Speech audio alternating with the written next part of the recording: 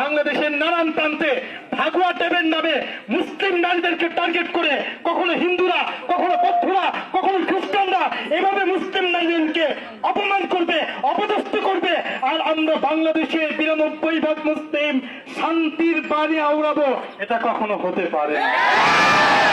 আঘাত যেভাবে আসবে আমরা প্রতিরোধ করবার জন্য বাংলাদেশের ৯২% মুসলিম একতাবদ্ধ আছে, ঠিক কিনা? এখানে দাঁড়িয়ে স্পষ্ট করে বলতে চাই, বিরুলিয়ার মধ্যে মুসলিম নারী নির্যাতিত হয়েছে, এটা আমরা শুনেছি, আমাদের জন্য অপমানজনক। যদি এটার বিচার করানো হয়, দ্রুত যদি তাদেরকে গ্রেফতার করে সত্যের আওতায় আনানো হয়, পুরো বিরুলিয়া উত্তাল হয়ে যাবে, আগুন জ্বলে উঠবে, বন্ধ হয়ে যাবে। শান্তিপূর্ণ কথা বলবো না, এরপরে প্রয়োজনে যাদের পক্ষে বেছে নেব। বিরুলিয়ার মধ্যে মুসলিম নারীরা অন্য ধর্মের মানুষ কর্তৃক নির্যাতিত হবে, এর চাইতে আমার মনে হয় আমরা মরে যাওয়া ভালো। সম্মানিত উপস্থিতি, আমরা অত্যন্ত ব্যথিত, আমরা অত্যন্ত ভারাক্রান্ত, আমরা অত্যন্ত লজ্জিত, আমরা অত্যন্ত অপমানিত যে ৯২% মুসলমানের এই দেশে একের পর এক মুসলিম নারীরা এভাবে লাঞ্ছিত হবে, অপমানিত হবে, ভাগুয়া ট্যাবের শিকার হবে, এটা কখনো মেনে নেওয়া যায় না।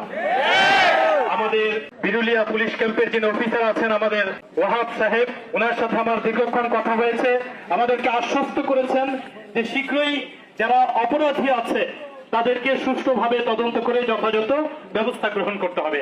আমরা আইনের প্রতি অত্যন্ত শ্রদ্ধাশীল, আমরা তার প্রতি আস্থা রাখতে চাই। সেই সাথে আমরা বলতে চাই যে বাংলাদেশে এগুলি কি শুরু হয়েছে আপনারা দেখেছেন ইতিমধ্যে।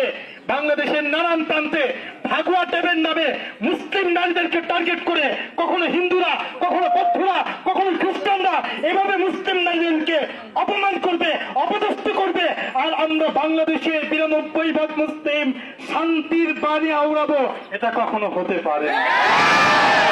আঘাত যেভাবে আসবে আমরা প্রতিরোধ করবার জন্য বাংলাদেশের ৯২% মুসলিম একতাবদ্ধ আছে, ঠিক কিনা? আমরা বলতে চাই, বাংলাদেশে গত 10 বছরে, শুধু গত 10 বছরে এই জাতীয় নির্যাতনের শিকার হয়েছে বাংলাদেশের 10,000 মুসলিম নারী। এটা অত্যন্ত আশঙ্কাজনক। আপনারা ইতিমধ্যে লক্ষ্য করেছেন গাজীপুরে কি হয়েছে, আপনারা লক্ষ্য করেছেন নারায়ণগঞ্জে কি হয়েছে, ফেনীতে কি হয়েছে, আপনারা লক্ষ্য করেছেন মানিকগঞ্জে কি হয়েছে। এতদিন আমরা গণমাধ্যমে দেখতাম